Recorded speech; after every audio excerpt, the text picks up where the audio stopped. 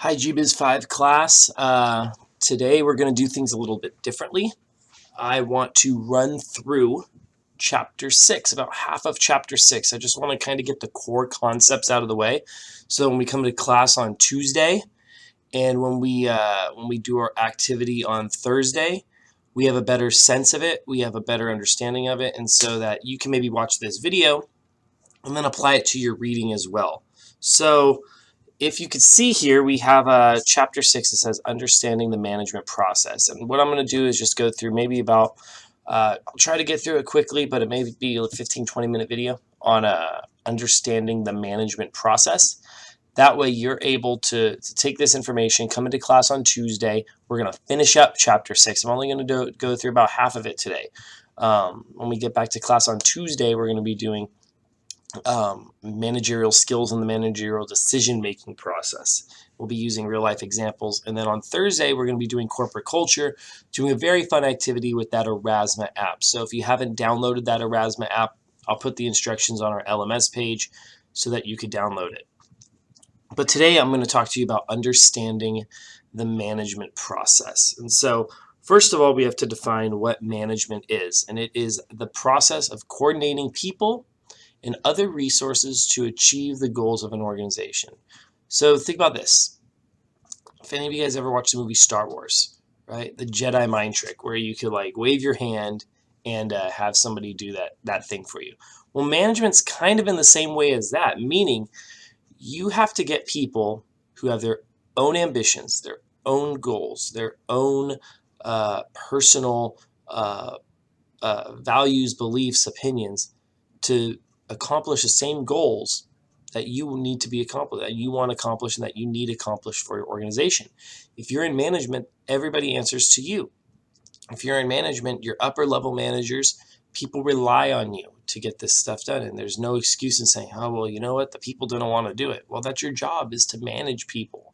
And we're going to talk about that management stuff. On Thursday, we're going to actually talk more, or on Tuesday, we're going to dive deeper into and really talk about some management skills, some skill sets that you can have to better yourself as a manager. But today, all we're going to do, and this video is going to accomplish, is to talk about the management process, what goes into management, and what is management. So management is the process of coordinating people and other resources to achieve the goals of an organization. The rest of the semester for this management portion, our management module, really deals with it. So let's get started right here. So we have 4 different types of management, right? We have 4 different types of management. One is that material management, meaning the tangible physical resources. This is your inventory management. This is your supplies management. This is making business deals regarding buildings and property, right? All this type of stuff is physical, tangible resources. Tangible meaning you can touch it, right? This desk that I'm sitting next to, this computer that I have right here, this camera that I'm touching and I'm tapping right there, all are tangible resources. And as a manager, you have to manage those, right? Have to get the proper price, have to get the proper quality, all that type of stuff. And we're going to break these down even further. Human resources. Human resources may be the most important resource out there. Why? Because humans still do the majority of the work. It'll also be one of your highest payroll, one of your highest financial obligations is the payroll.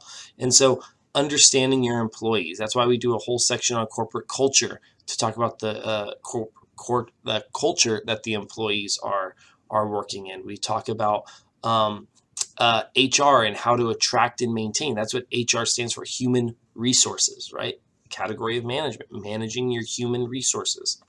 3, we're going to talk about the financial aspect, financial managing of it, meaning funds, cash flow, anything that deals with the financial aspects of a company, whether or not to go public and to become a corporation, what type of a corporation to incorporate, where to incorporate, all those things of management. There's categories of management. We also have this in the upper level management. You'll see this. You have the CMO, Chief Manufacturing or Chief Marketing Officer, CFO, Chief Financial Officer. We have managers that deal with these specific types of categories. And then last one is that information. And this is where you're dealing with the external environment. You're dealing with certain types of conditions out there. You're dealing with the economy, the markets, the technology that's coming up, the information of whatever you're trying to give out to people, whether you're in a technology sector. Information's key. Whether you're in a manufacturing sector, knowing what type of information is needed to get your product going. And so all these different types of things are different categories of markets, and we're gonna talk more about these throughout class, throughout this module of management, this next module that we're going to go through of management. We're going to talk about all these and make sure that we understand this. And this may be an area where you want to go into, where you want to say, hey, I want to be in management. I want to major in management, and I want to deal with operations management, right? Maybe materials management, maybe human resources and information. Who knows what it is? But let's kind of look even further. So there's 4 functions of management that we're going to go through. 4 functions of management. And as you can tell, probably, the way that we've kind of organized this class, this section right here, this planning section, will probably be the most important, right? We'll say this, most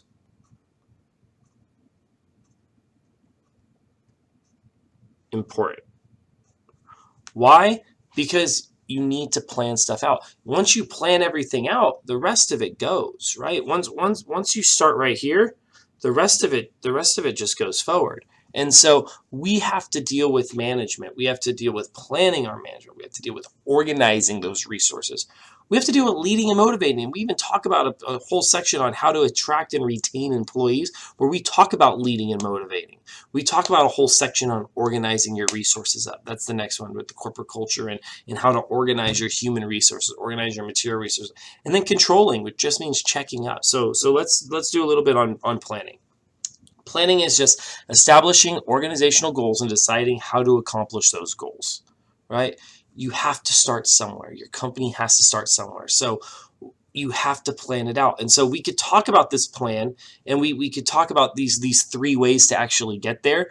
And we maybe use these on layman's terms, we maybe use these interchangeably: goals, strategic goals, objectives, but they have a very specific meaning in management. And so the first one that we see here says a goal, right? Goal.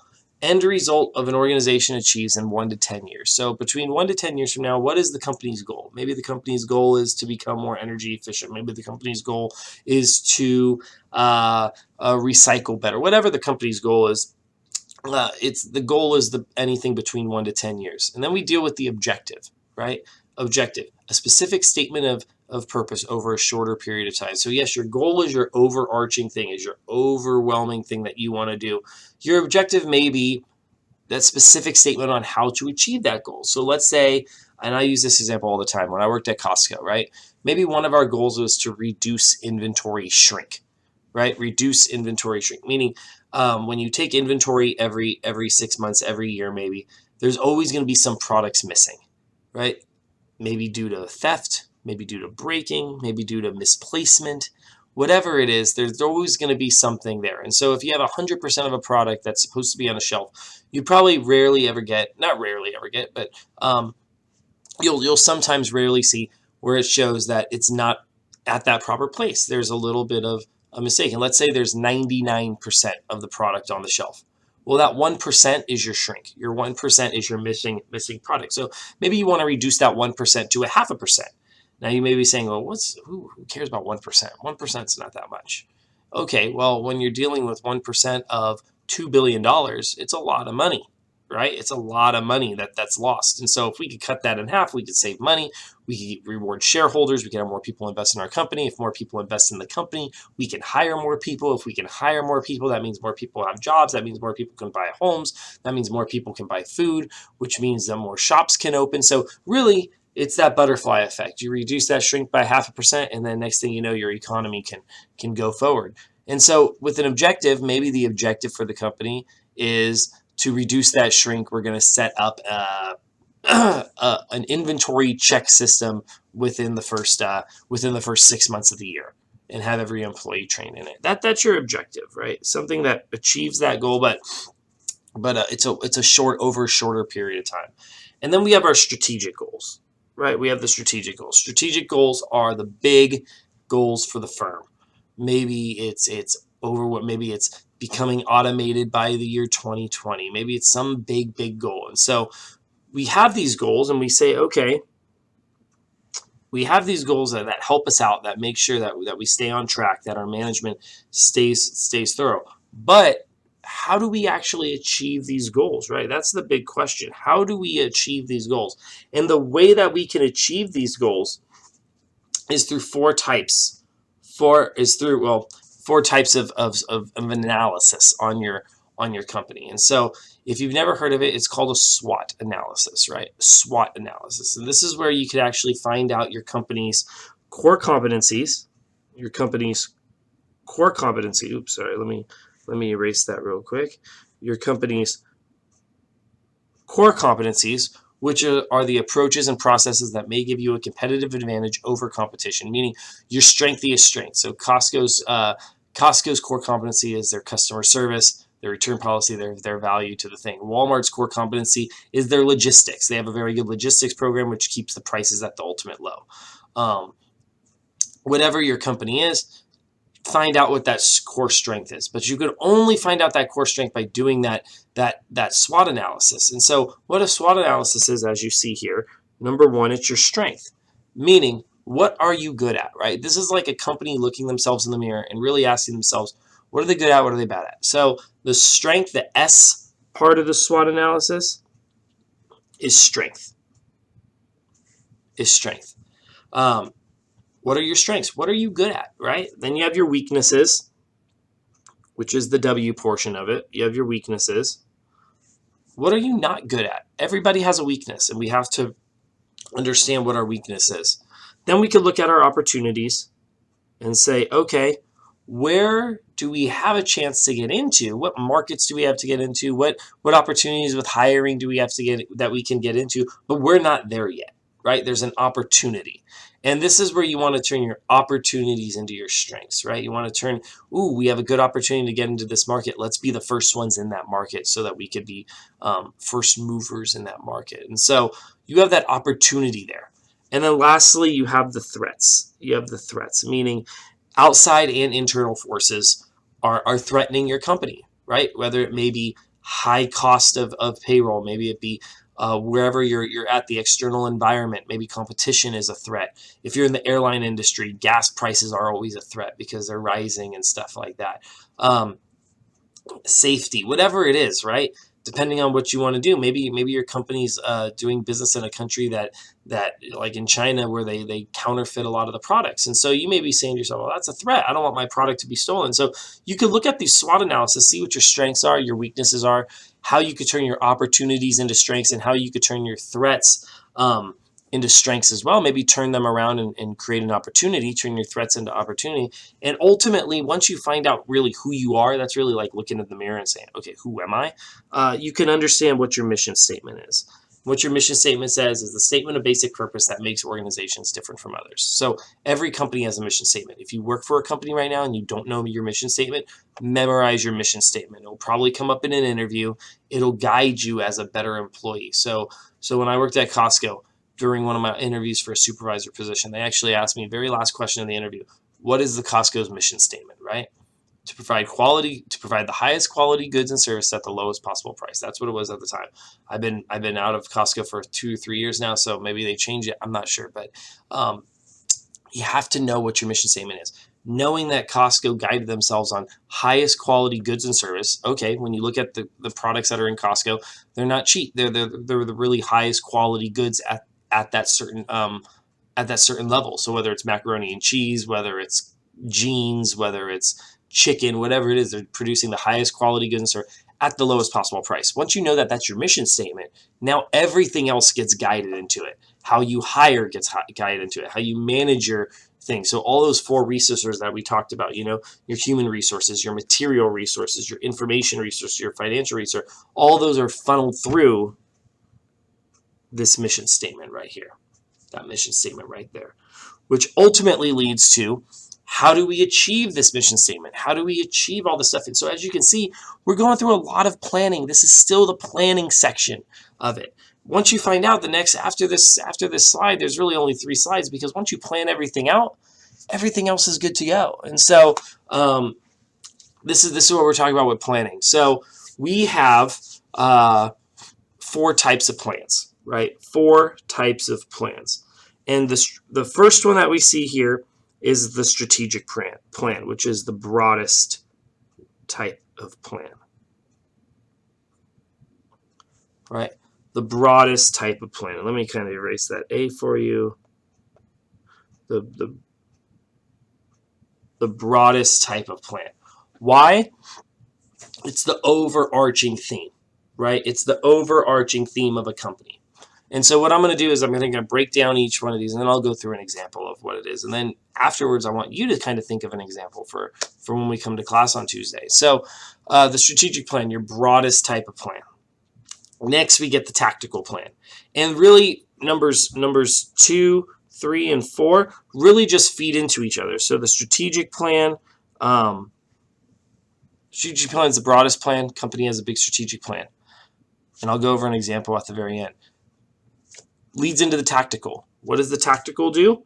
Well, it's a small scale plan that filters right into the strategic plan. It's a very simple definition. It may be a little confusing, but when we talk about it, it'll make a little bit of sense. So this will say implements this. It implements the strategic plan. Well, what does the operational plan do?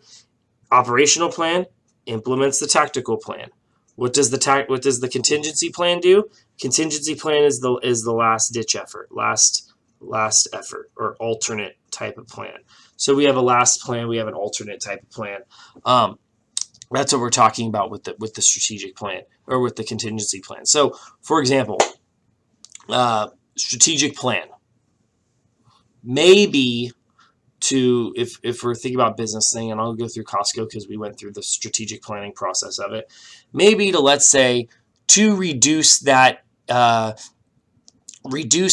inventory shrink by 0.5%, right? Reduce shrink.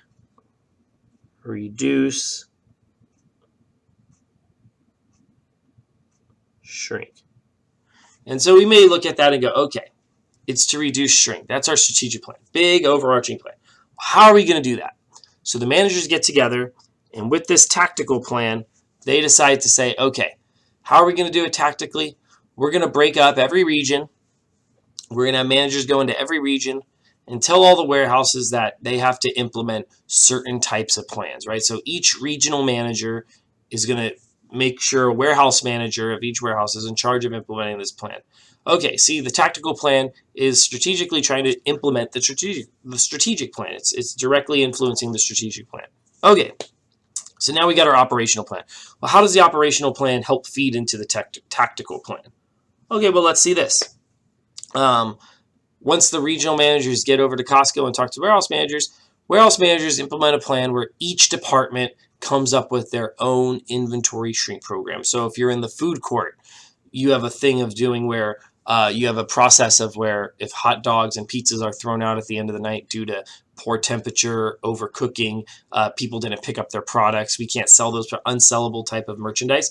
Well, we have a damage and destroy log that we log off all the pizzas and hot dogs and smoothies that we don't sell, and we count that up as inventory to account for our losses that are there. Okay, great. The front door, right? When you're leaving Costco at the front door, they're checking your receipt to make sure that everything's checked out, make sure you're not overcharged, undercharged, because overcharge also hurts as well on inventory shrink, meaning like if you're supposed to have 10 units on a shelf and you do inventory and you have 12, or you have 10, but it's showing in the system that you sold 12. That means you overcharge a customer, and that's not good. You don't want that for customer service. And so they set up a operational plan of checking receipts at the end, and so each one does it. And then contingency plan. If all else fails, you scrap a new one, and maybe the other plan is, well, if we don't see inventory shrink by a certain percentage, maybe we automate our registers. Maybe we implement RFID chips so that when people leave the store, they're not everything gets rung up automatically. Who knows what that is? 4 types of plans. each one implementing the strategic one. So your operational is implementing your tactical is implementing your strategic plan. And so that's what we're talking about with the 4 types of plans. And so planning is key. Planning is huge. If you don't plan properly, you won't achieve your specific goals. But once you do this planning, once we actually plan stuff out, then the rest of the stuff is easy. So when we organize our resources, all we're doing, and this is the second one, and I'll say this is number 2 now, right? We had planning as number 1. This is number 2. We're organizing our resources. And when we organize resources, all we're doing is grouping of resources and activities to accomplish some end result in an efficient and effective manner. Grouping of resources and activities to accomplish some end result in an efficient and effective manner. Meaning this, your schedule. Your schedule groups your human resources, right? You find out what time you work, you find out what time you have to go home, and that schedule is dependent on many factors, right? I know I was involved in creating schedules and stuff for Costco. When you create a schedule, you're trying to match up employees with the production needed for that time. So maybe right when you open up in the morning, there's not a lot of customers, so you don't need a lot of employees. The employees don't need to match up with the demand. But if you're working at a pizza restaurant at a food court Friday night at 6 o'clock, all hands are on deck, right? The more people you have, the more people you're processing through the system and helping out and becoming more efficient. And so you have to really organize those resources, group the resources together, put the people in the right positions, right? That's what we're going to talk about HR and attracting and retaining employees in Chapter 9. Chapter 9 is all about attracting and retaining employees. This is where we're coming from, is to make sure that our schedule is proper, that we're matching up employees with the proper jobs that they need. And if you're organizing those resources, meaning the right people at the right time, then your company will probably flourish well. So that's organizing. And we'll talk about all this when we get back to class on Tuesday. Number 3 is that leading and motivating. So that leading and motivating. And there's 2 different things. So you can see here, leading, which is the first one, the process of influencing people to work towards a goal. There's a difference between leading and managing, right? You could be a great manager and a horrible leader. And so when you're looking at this leading and motivating, the process of influencing people, you have to have some influential things. So there are different types of influencing tactics. We will talk about, when we talk about, I believe in Chapter 8, I want to say. Chapter 8 deals with motivating employees and leading and motivating employees, and so we'll talk about that. We'll talk about other tools later on in this chapter on Tuesday regarding different skill sets to help you lead. But it's a process of influencing people. Everybody has their own goal, and so when you're influencing people to work towards a common goal, that's really hard. It's not an easy thing to do. They sound embarrassing. I just got finished watching the Power Rangers movie last night, right? Bringing back nostalgic time, right? I mean, early 90s and stuff like that. And instead of Go-Go Power Rangers, it should have maybe been So-So Power Rangers, right? I'm not going to give spoiler alerts, but it's So-So Power Rangers. And so one of the interesting things is that they have the leader, right? They have the leader, Jason, the Red Ranger, right? And the Red Ranger, Zordon, the guy who controls the Power Rangers and is their mentor type of person, tells them in the movie, like, hey, like, they're you, like you represent their voice. You have to guide them to defeat the enemy, that type of stuff. Well, same thing here with a business. As a leader, as a manager, you have to lead your employees. You have to do those, and there are certain techniques that we'll talk about later on in this module, in this class section that we'll talk about. But the other one is the motivating factor. And so maybe I shouldn't have put that arrow right there. We'll draw this arrow right here. But we see that plus sign linking the 2. So motivating, process of providing reasons for people to work in the best interest of an organization. Everybody has a motivating factor, whether it's benefits, whether it's pay, whether it's location, whether it's type of workforce. All those things about attracting and retaining employees, we're going to talk about in that HR section of retaining your employees. You want your employees to stay with you, and you're only going to do that by motivating. I mean, you may be sitting in class and you don't have an inkling clue about business, but you're motivated because you want to get that degree. Whatever that motivation factor is, you have to really hit on as a manager. You have to really guide your employees with that. And so Leading and motivating. When you do that, you get to the ultimate goal of directing your employees. Your employees are the ones that are being directed by you. It is your job to direct them, and that's ultimately what managing is. You're managing and you're directing. You're leading and motivating people. And the last one is controlling. Controlling, not meaning like, oh, you have control over something, but controlling. Process of evaluating and regulating ongoing activities to ensure that goals are achieved. You have to understand that you need to know, right? You need to know what you're starting off with and what you're comparing it to make sure your goals are being achieved. So setting comparable standards. At Costco, we had a standard, and I'll write it right here: 60 mph. That doesn't stand for miles per hour. That stands for members per hour, right? We had a goal for our cashier setup. You had to cashier at a rate of 60 members per hour on average. That means a customer a minute, right? And so if we set that comparable standard, now we can compare every cashier out there. We compare what registers they're on, which ones go faster, which ones go slower. Because if you're on the main aisle, you may be going a little bit slower because there's bigger orders and more people compared to the fringe registers on the outside. They may be going a little bit faster.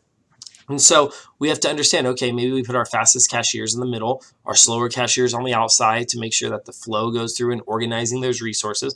But to understand which ones are good, which ones are bad cashiers, we have to set comparable standards. We got to make sure, okay, are we on the same level playing field, comparing apples to apples rather than apples to oranges? Once we get those standards out there, we can compare. We measure and compare.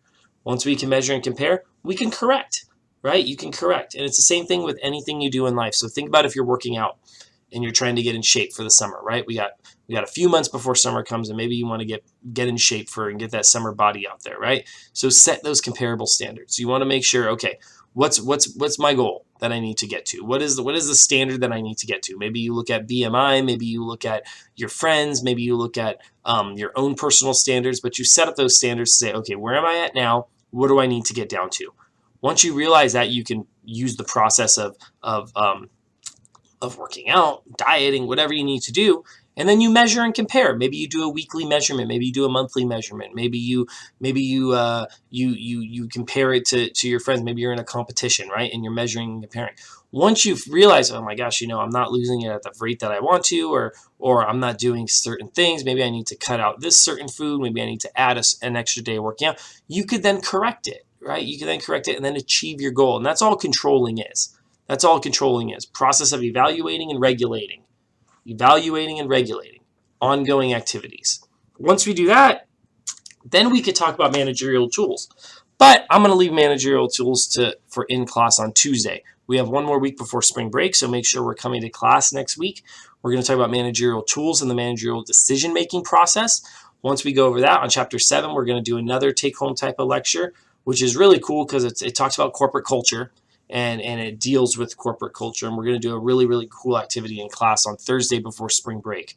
And so with that, if you have any questions regarding this lecture, you could subscribe to me on the page that you see. You could watch the more playlists on certain things. You could email me. You can contact me, nickcarbonaro.com, on Twitter at njcarbonaro, and email ncarbonaro@lbcc.edu. But other than that, make sure that this video is watched before we come to class, and we'll discuss it a little bit more on Tuesday, maybe throw in a little top-hat questions at the beginning of this class to make sure that we understood this stuff, and we'll do that. So other than that, have a great weekend, and I will see you all on Tuesday.